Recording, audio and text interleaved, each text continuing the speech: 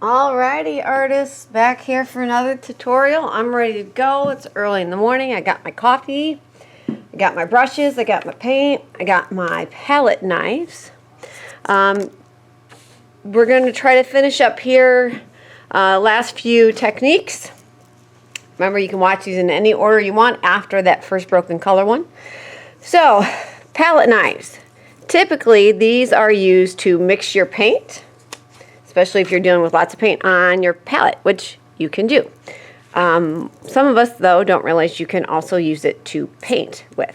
There are a variety of different shapes and sizes of the palette knives up in the art room. So there's a cup in the front. You just got to find where they're at. I would suggest probably working with one of these two shapes just because they're the smaller of the shapes. Working with really big ones on the size canvases we're probably going to be using in class is probably not going to be advantageous for us. So we're going to work with the small. All right. Just like with all the others, you do want to block it in, get your base layers in here. Now, yes, there will be some optical mixing with this one, but not quite as much as with the traditional broken color and the pointillism, just because of the control with the palette knife. But you're still going to work in generally the same way. You just have to be patient with the palette knife because you need to wait for things to dry, and because the paint is much thicker, it's going to take longer to dry. So just keep that in mind if you are going to work with the palette knife technique. So I am going to do a little bit of mixing ahead of time. I'm going to do this as if it's like a purple apple here because, you know, hey, we're being creative. I don't have to work with the colors that are given to me in the photo. So I'm going to pre-mix them up. I want to make it a little bit of a less of a purple, more of a violet. So I'm going to mix in here. And then I'm going to take some of this and I'm going to make a little bit lighter color. So that way I've got a dark and a light. Okay. Now you may have to mix up a little bit more paint than this, but because I don't want to waste paint, I'm just going to go with a really small amount. Okay. So just like before, you're going to build up. But instead of going to the straight darks first, I'm actually going to kind of do my mid-tones. That's the in-between colors. So I'm going to layer on. I'm going to load up that palette knife. I don't know if you can see it there. I've loaded up. And it's kind of like spreading butter on toast.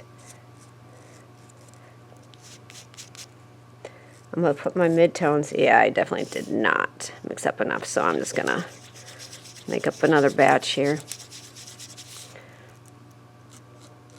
I'm going in where my midtones is. The one thing you're going to notice with this, you have to turn your canvas a lot to get this to work, but you're still not trying to blend it all. I'm putting flat strips of color on here. If you are doing something that's really highly detailed, painting with a palette knife is not probably something I would recommend. All right, now I'm going to mix up that darker color. Mixing up my dark purple with my blue here.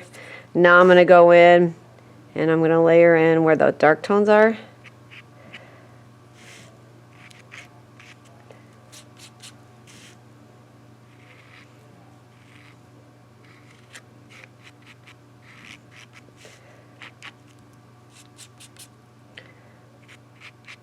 Layering that right in there where the darks and lights are.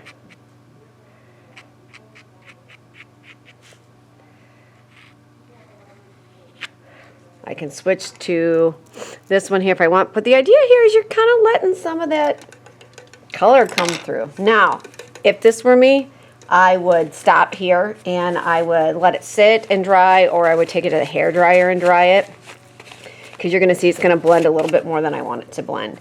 Now I'm going to go ahead and I'm going to start mixing in my lighter colors. So I'm going to go with a pale, I want to do more of a blue. I'm going to do a pale blue. And now I'm going to start putting in where those light tones are. So I might not do as big areas. You're going to get some blending, especially if you don't let it dry like I did all the way.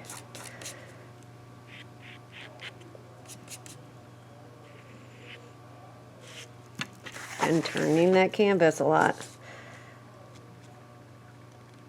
Let's straight white there. Whew, need a little more white. Right on that dot. Ooh.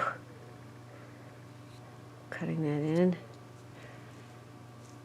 Bring that down maybe a little.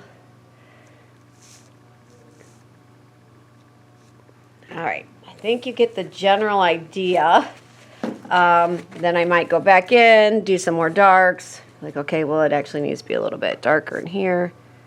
So I'm taking some straight black, layering that in.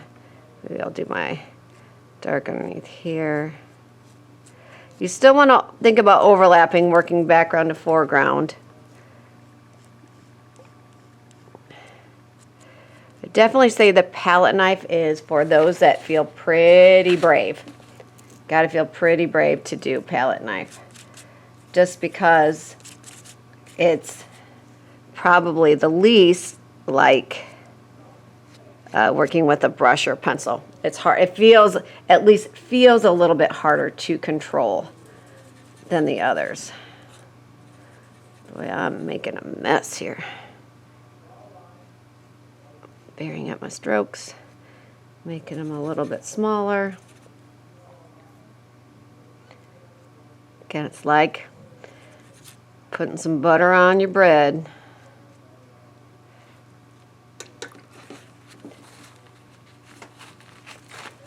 All right, let's do some.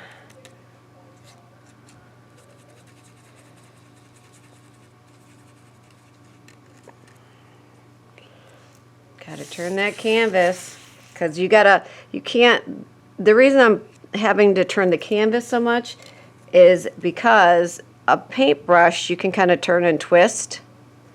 You can't do that with the palette knife. Palette knife is firm, all right? So hopefully that shows up in the video. I could add more different values in there. I could be even more experimental with my colors.